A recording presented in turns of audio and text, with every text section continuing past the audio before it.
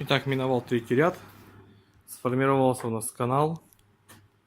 Пятая стенка отделена базальтом. Наблюдаем, да? Аналогично базальт. Оставили мы под прочисточку. Сформировалась зольная камера. Зольная камера. Так, включаем подсветку. Зазорчики. Там чуть поменьше, но тут не критично. Не критично. Так, время 10 часов. Уже еще час термо сказал, можно работать. Еще ряд сделаем и расшивать. Скажу так, стал мыть губкой намного легче, намного. Рекомендую отмывать печи губкой. Не трите тряпками сухими, ребята.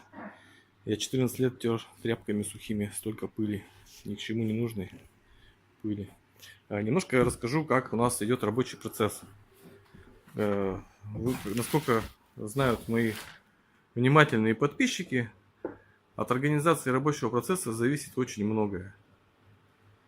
Вот у нас станок стоит. Рядом со станком миксер. На таком расстоянии, чтобы от станка не летела вода. Все запитано на один удлинитель. Для этого удлинителя у меня работает камера, которая пишет таймлапс, и свет. Станок и миксер, да? 4 потребителя. Дальше у нас здесь тоже такой HLB. Все на одной фазе сидит. Ужас, я просто боюсь. Периодически трогаю провод. Значит, термос шлифует кирпич, потом ставит сюда. Дальше я ему предложил поставить ведро сюда, мочить и складывать уже сюда. Но он сказал, я не хочу стоять. Ну да, вот так вот. В позе речного животного неохота стоять. Буду, говорит, перекладывать, лишнюю операцию делать. Чтобы поднять кирпич, нужно нагнуться раком. Ну ладно, в общем, вот. Потом он, значит, мочит кирпич. Кто-то писал в комментарии, что мы не мочим кирпич. Мы мочим, мы смоем с щеткой. Вот как раз вот процесс подошел. На камеру работай покачественнее, пожалуйста. Вот так вот он отмывает. Там на самом деле воды уже меньше стало. Так вот, просто конец рабочего дня нам остался. Вот это весь намоченный кирпич. Да, я согласен, он должен быть смочен получше. Кирпич очень сильно поглощает влагу. Но завтра перед началом работы мы его опять будем мочить. Значит, положили 4-й ряд. Итог первого дня. Маловато, конечно, сделали. Обычно я больше делаю. Ну ладно, ладно, ладно. Завтра сделаем, надеюсь, хорошо. Зазорчики чистим, потом уплотняем ватой. Базальт, базальт. В всей стране базальт. Итак, значит, перекрываем поддувальную дверку. Вот так вот вырезаю я. Задача, чтобы никакое железо, ничего не мешало. Чтобы кирпич лег вплотную. Большие зазоры, не страшно. Это хорошо тоже лежит, да? Шовчик будет, ничего мешать не будет. Все сюда, то есть тоже кладу ватку каролиновую. Здесь я все уплотняю, шовчик. Вот видно, зазор хороший получается. Покажу, как ставлю этот кирпич.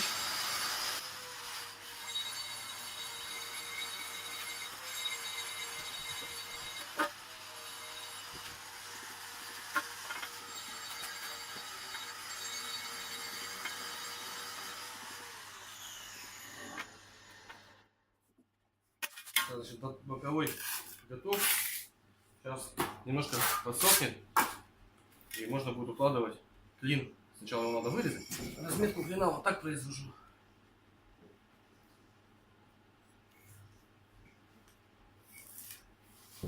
Теперь, значит, ставлю клин. Здесь у меня не обработано. Обрабатываю. Пасочку снимаем. Там снята паска.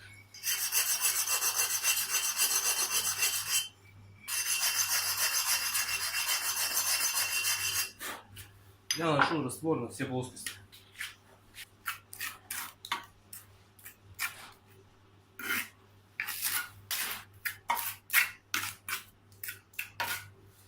Обхваточку кладем.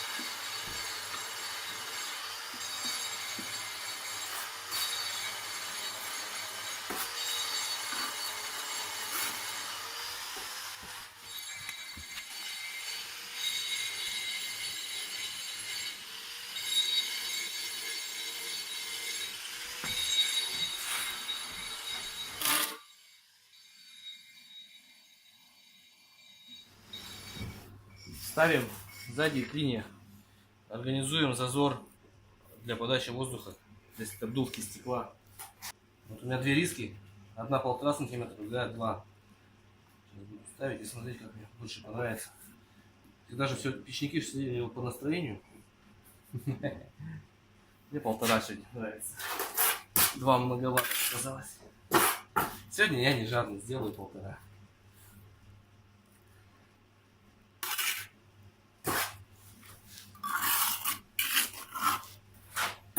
Закрепляем вот этими штуками боковыми, и потом только клин ставим. Она так пожестче будет стоять, поувереннее. То когда клин опускать, может ее свернуть, если зазоры минимальные. Теперь, согласно нашей схеме, мы делаем рассечку, ставим. Значит, в топке я положил базальт. Сейчас буду укладывать шамотный кирпич. Рассечка у меня вот такая сделанная, с уклоном, для того, чтобы газы испытывали меньшее сопротивление. Вот так вот она будет. Кто знает, почему я сюда кладу шамотный кирпич, пишите в комментариях, почему я сюда кладу именно шамотный кирпич, а не красный. Вот таким вот образом пойдет. Здесь высота у меня получилась 3 ряда. Ширина канала 19 сантиметров. Точнее, длина его. Ширина. Тут уже в зависимости от кирпича, но в данном случае 13-25 у меня. Здесь что мы видим?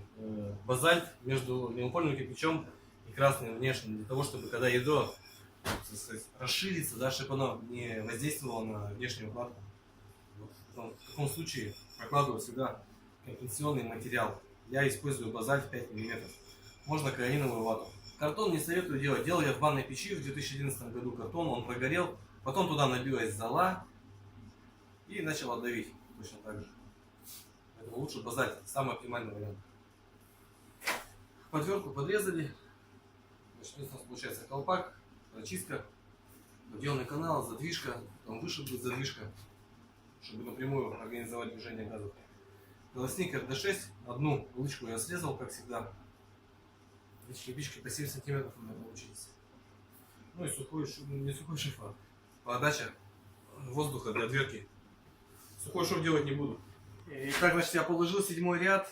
Дальше у нас все ряды, вот их 5 рядков, включая 7-й ряд, да, идут одинаковые. То есть здесь важно вот этот размер, вы когда сделаете, примерить вашу дверку с коробом. Зазор должен быть сантиметр, не больше, не меньше, как-то так. Потому что если сделать зазор больше, то контакта с отбортовкой и коробом будет меньше. Дверка будет менее плотно стоять. Если сделать зазор меньше, то когда вы будете опускать этот утеплитель боковой, есть вероятность того, что он зацепит и пойдет вместе с ним вниз. Поэтому это очень тонкий момент.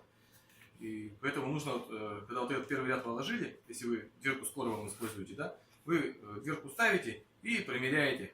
И все остальные уже делаете строго вертикально ряды. Отбиваете уровнем, прямо сюда уровень ставите и отбиваете, чтобы было все четко. Ну и внутрь футировку. Ну, футировку я обычно делаю когда полностью топливник сделаю. Но здесь я как бы так пойду сразу вместе. Так, это у нас 10-й ряд нашей экспедиции. Значит, 4 ряда уже под дверку, еще ряд, и можно будет опускать. Перекрывать будем клином, никаких перемычек, ничего здесь не будет. Все по-простому, все по вашему, как вы любите. Значит, здесь у меня уже формируется хайло. Я опустил на пару сантиметров, ну, 1,5-2 сантиметра. Эта перегородка идет через базальт. Здесь тоже базальт. В принципе, все как вчера. Ничего нового. Что, идем обедать? Да?